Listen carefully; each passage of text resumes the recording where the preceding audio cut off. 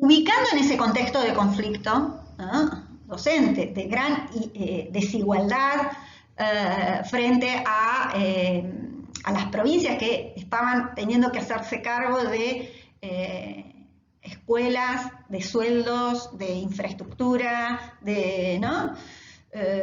Y gran pobreza. Entonces también había que hacerse cargo de que los chicos comieran mínimamente. Se plantea una paritaria nacional docente. Entonces, en esa paritaria nacional iba a estar reunido tanto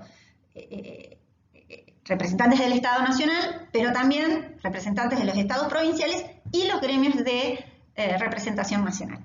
La paritaria nacional permite dar un piso, ¿no?, para que ese salario mínimo rigiera en todas las provincias.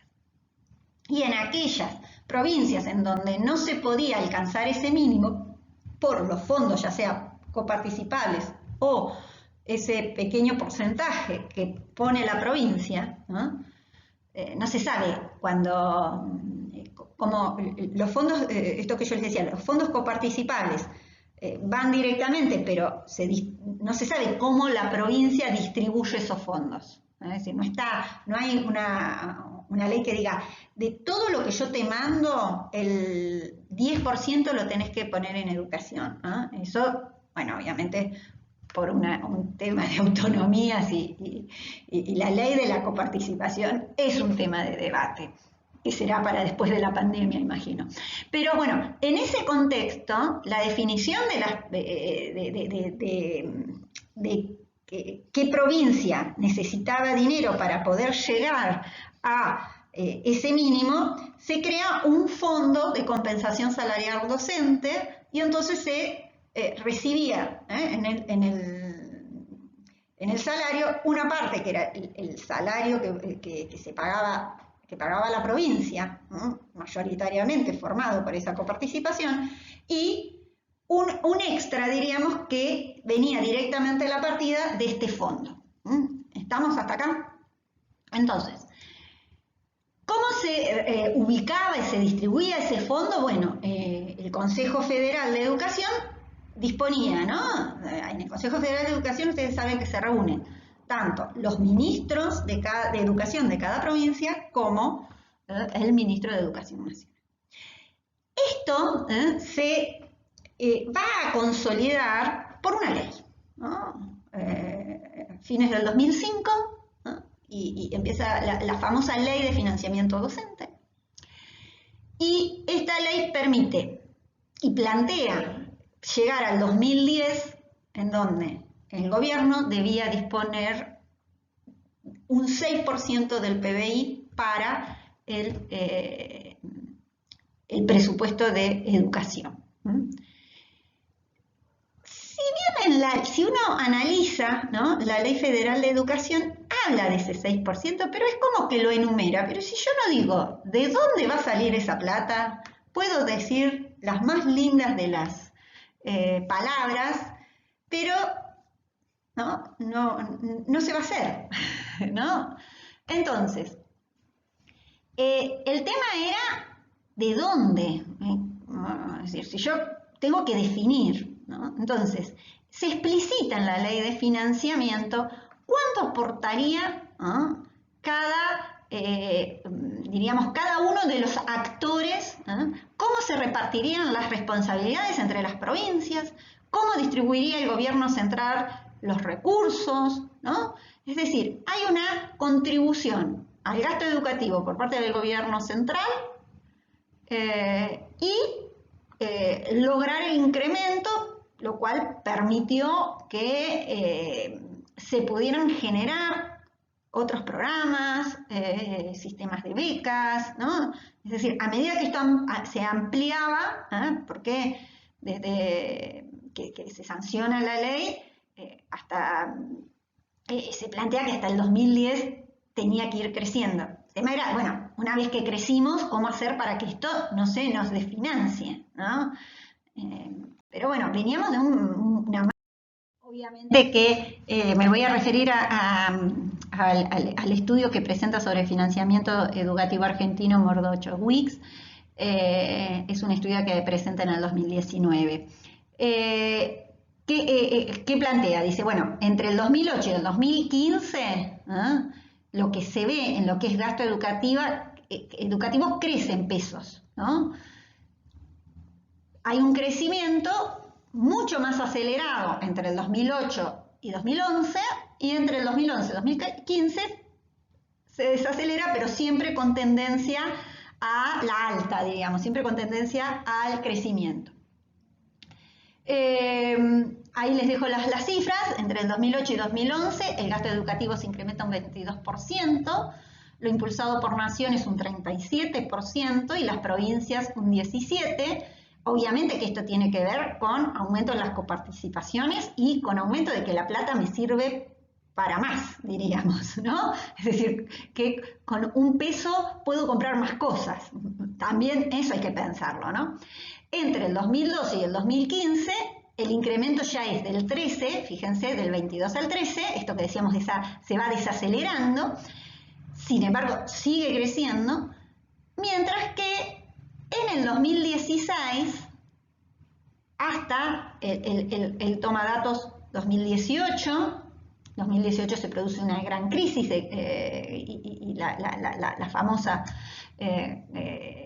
corrida. Entonces, ahí se reduce y hay una tendencia a la baja, en lo que es el gasto educativo, así se dice en los balances, ¿no? Del 8, un 12% de nación y un 7% de las provincias.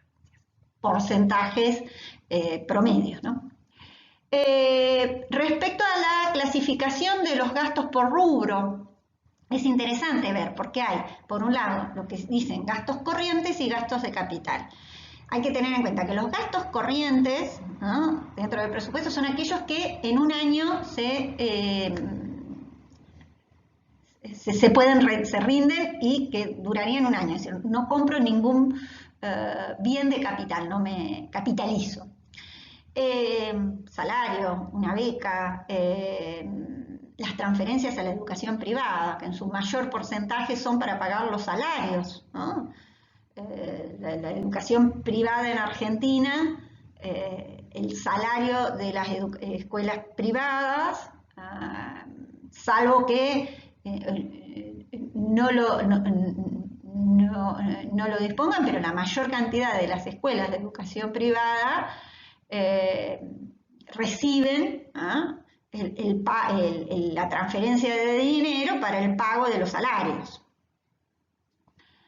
Y por el otro lado tenemos los, diríamos, gastos de capital, ¿no? Es decir,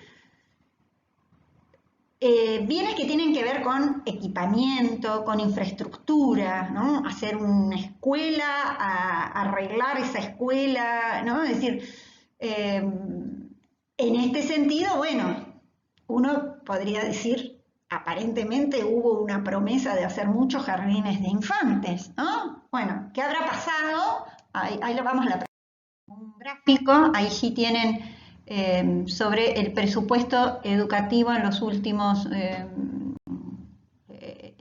el 2016 y 2019. Hay que tener en cuenta que para el presupuesto educativo, eso no lo aclaré, se define cuánto se va a disponer para educación en la ley de presupuesto, que generalmente se manda al Congreso y a las legislaturas provinciales, ¿no? Porque este es el modo que trabaja en forma reiterada año a año. Aproximadamente en octubre se empieza el tema del debate para diciembre tener aprobadas las leyes de presupuesto. Hay veces que no se aprueban las leyes de presupuesto, pero bueno, lo interesante es pensar que el presupuesto del 2016 fue en función de la ley de presupuesto que se había votado en el 2015, ¿no? En el gobierno de Cristina Fernández de Kirchner. El presupuesto del 2020 se definía en el 2019, ¿no? Es decir, siempre se define el año anterior. Es decir, Y ahí quizás las diferencias se dan en los primeros años de gobierno de un proyecto político distinto. ¿Por qué aparecen estos dos, lo nominal y lo real? Porque si uno ve lo nominal, dice, uy, pero mirá, le dieron más plata, ¿no? Creció la cantidad de dinero. Pero sabemos que no es lo mismo. ¿Por qué? Por la cantidad de inflación que tuvimos. Por lo tanto, por eso se ponen los dos, a nivel nominal y a nivel real. Y otra cosa que sucede con los presupuestos, que sucedía que fue una característica. Hubo una subejecución de presupuestos, ¿no? Vos sos ministro, tenés una cantidad de dinero para tu cartera, ¿no? Y diríamos, lo que se terminaba haciendo, que fue una constante, fue subejecutar partidas, es decir, no gastarlas, no invertirlas, no usarlas esas partidas de dinero. No pelearlas por esa partida, porque una cosa es lo que dice la ley y otra cosa es la platita, ¿no? Entonces, incluso se valoraba mucho, ¿no? Como muy buenas gestiones, aquellas gestiones que subejecutaban presupuesto, o sea, que devolvían presupuesto. Cuando desde otra visión de las políticas públicas, subejecutar presupuesto es no haber hecho lo que te comprometiste a hacer. No sé si eso se puede entender. Bien, les dejo esta filmina en donde esto que les aclaro, ¿no? En términos nominales, más del doble que en el 2016. Dice, sin embargo, como en este periodo los precios crecieron un 125%, la variación real entre el 2016 y el 2019 se evidencia en una caída, ¿no? Es decir, tengan en cuenta esa diferencia entre lo nominal y lo real, porque es un tema a considerar. No es lo mismo, es decir, nada sale lo mismo, es decir, si yo voy a comprar un paquete de harina, no me sale lo mismo que que en el 2016. Me cuesta mucho más.